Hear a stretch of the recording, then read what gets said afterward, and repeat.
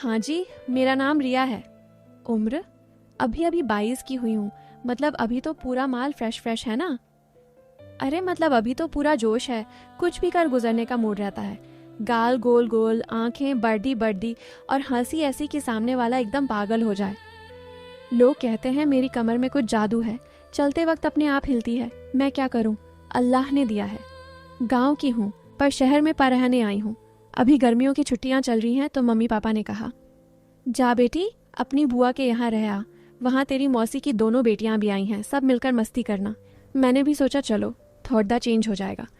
बुआ का घर पुराना है, बड़ा सा आंगन, नीम का पेड़ और पीछे वाली दीवार के पास एक पुराना कुआं भी है जिसके ऊपर बरगद की जद्ददें लटकती रहती हैं। बुआ के 2 बेटे हैं। बड़े दद्दा वाला रवि भैया शादीशुदा, शहर में नौकरी करता है, आता जाता रहता है। छोटा वाला मेरा हमउम्र ही है, नाम है अर्जुन। अरे हाँ, सब उसे अज्जू कहते हैं। लंबा चौड़ा, गेहूं रंग और मुंह पर हमेशा एक शैतानी सी स्माइल। जब मैं पहली बार बुआ के यहाँ आई थी ना, तब वो 14 से 15 साल का रहा होगा, मैं 12 की।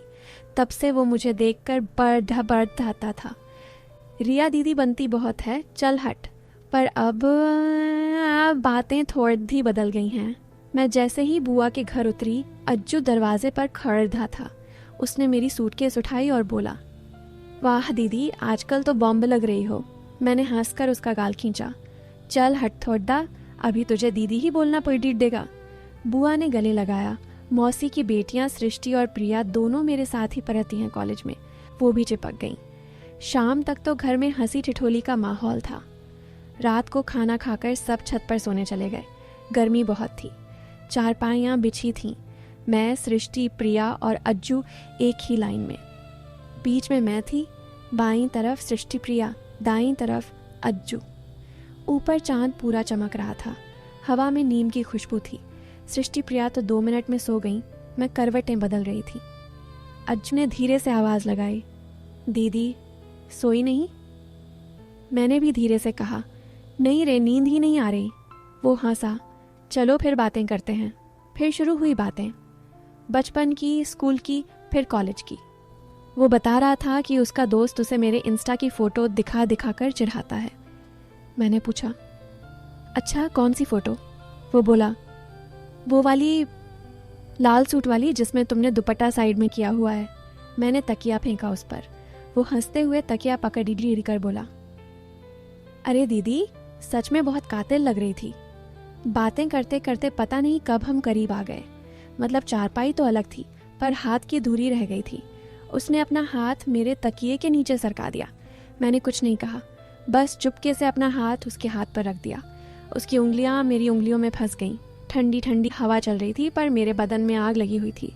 फिर वो बोला, दीदी तुम्हारी खुशबू बहुत अच्छी आ रही है। मैंने शर्माते हुए कहा, चुप कर बदमाश, कोई सुन लेगा। वो और करीब सरका, उसका कंधा मेरे कंधे से टच हो गया। उसने धीरे से मेरे कान में फूंक मारी। मैं सिहर गई। फिर उसने कहा, दीदी एक बात पूछूं? मैंने हल्के से हम्म किया। वो बोला, तुम्हें कभी किसी ने किस किया है? मैं चुप रही। उसने फिर कहा, मैंने नहीं किया कभी, बस सोचता रहता हूँ कि कैसा लगता होगा। मेरी सांसें तेज हो गई थीं। मैंने उसका हाथ दबाया और कहा, सोचते रह, कभी पता चल जाएगा। वो हंसा, दीदी तुम बहुत तेज हो। फिर रात भर हम ऐसे ही बातें करते रहे। हाथ में हाथ डाले, कभी वो मेरी हथेली पर उंगली से कुछ लिखता, कभी मैं उसके हाथ पर। सुबह होने को थी, आसमान में हल्की लालिमा आ गई थी। तभी बुआ की आवाज़ आई, अरे ओए सब उठो, चाय तैयार है। हम दोनों एकदम अलग हो गए। मैंने तकिया सिरहाने रखा, वो उठकर बाथरूम भाग गया। दिन भर हम एक दूसरे को देखकर मुस्कुराते रहे। कोई कुछ बोलता तो हम नज़रें चुरा लेते। शाम को सब लोग आंगन में बैठे थे। बुआ गाना गा रही थी पुराना वाला, लग जा गले कि फिर ये हंसी रात हो न हो। अज्जू मेरे बगल में बैठ गया। उसने चुपके से मेरे दुपट्टे के पल्लू को अपनी उंगली से खींचा। मैंने उसकी तरफ देखा, वाह तीनू। वो आंख मारी। मैंने भी दुपट्टा उसकी तरफ सरका दिया। मैंने कुछ नहीं कहा, बस हल्के से उसका हाथ दबा दिया। बुआ गा रही थी, सब ताली बजा रहे थे। मेरी सांस रुक सी गई थी। तभी प्रिया ने आवाज़ लगाई, रिया दी तू गाना। मैं एकदम से उठी, उसका हाथ छूट गया। मैंने गाना शुरू किया पर आवाज़ कांप रही थी। रात फिर वही चारपाइयाँ। आज सृष्टि प्रिया नीचे सोने चली गई। कहने लगी मच्छर बहुत हैं। सिर्फ मैं और अज्जू छत पर। आज उसने चारपाई एकदम सटा दी थी। हम लेटते ही उसने अपना पैर मेरे पैर पर रख दिया। मैंने भी अपना पैर उसके पैर में फंसा लिया। उसने धीरे से कहा, दीदी आज कुछ ज़्यादा ही गर्मी लग रही है। मैंने हंसकर कहा, हाँ कुछ तो है। वो मेरे करीब सरका। उसने अपना हाथ मेरी कमर पर रख दिया। मैंने उसकी टी शर्ट में हाथ डाल दिया। उसकी छाती गर्म थी। वो सांस तेज तेज ले रहा था। मैंने उसके कान में फुसफुसाया, अच्चू डर नहीं लगता? वो बोला, तुम हो तो डर किस बात का? फिर उसने मेरे होंठ अपने होंठ के एकदम पास ला दिए।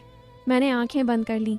बस 1 सेकंड और, तभी नीचे से बुआ की आवाज़ आई, अज्जू, रिया सो गए क्या? पानी पी लो, गर्मी में पानी कम हो जाता है। हम दोनों एकदम से अलग हो गए। अज्जू नीचे भागा, मैं छत पर ही बैठी रही। दिल धधक रहा था। अगले 2-3 दिन ऐसे ही बीते। दिन में सबके सामने एकदम नॉर्मल। रात को छत पर वो आता, हम बातें करते, हाथ पकड़ डरते, कभी गाल पर किस, कभी गर्दन पर कभी उस लाइन को पार नहीं किया। मैं भी नहीं चाहती थी, पता नहीं क्यों, पर मुझे डर भी लग रहा था और मज़ा भी आ रहा था। फिर ये सिराय पे एक रात अचानक तेज़ हवा चली, बादल गरजे। बुआ ने कहा, सब नीचे आ जाओ, छत पर खतरा है। सब नीचे आ गए। बुआ का घर पुराना है, कमरे कम हैं। बुआ फूफा एक कमरे में, सृष्टि प्रिया एक में, और मुझे और अज्जू को कहा गया कि लिविंग रूम में सो जाओ, वहाँ बेडीजादा सोफ़ा है और एक डबल बेड भी। बुआ ने कहा, तुम दोनों भाई बहन हो, कोई दिक्कत नहीं। हम दोनों एक दूसरे को देखकर मुस्कुरा दिए। रात को लाइट चली गई। पूरा घर अंधेरे में, सिर्फ एक मोमबत्ती जल रही थी। मैं बेड पर लेटी थी, अज्जू सोफे पर। उसने धीरे से आवाज़ लगाई, दीदी सोई? मैं बोली, नहीं। वो उठा और मेरे बेड पर आ गया। आज उसने मुझे अपनी बाहों में पूरी तरह भर लिया। मैं उसके सीने पर सिर रखकर लेट गई। उसने मेरे बालों में उंगलियां फिराई। मैंने उसका हाथ रोक लिया और कहा, अज्जू बस। वो रुक गया, बोला, सॉरी दीदी। मैंने उसके होंठ पर उंगली रख दी।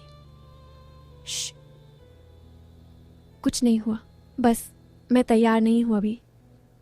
वो चुप हो गया, फिर बोला, दीदी सिर्फ ये सब नहीं, सच में।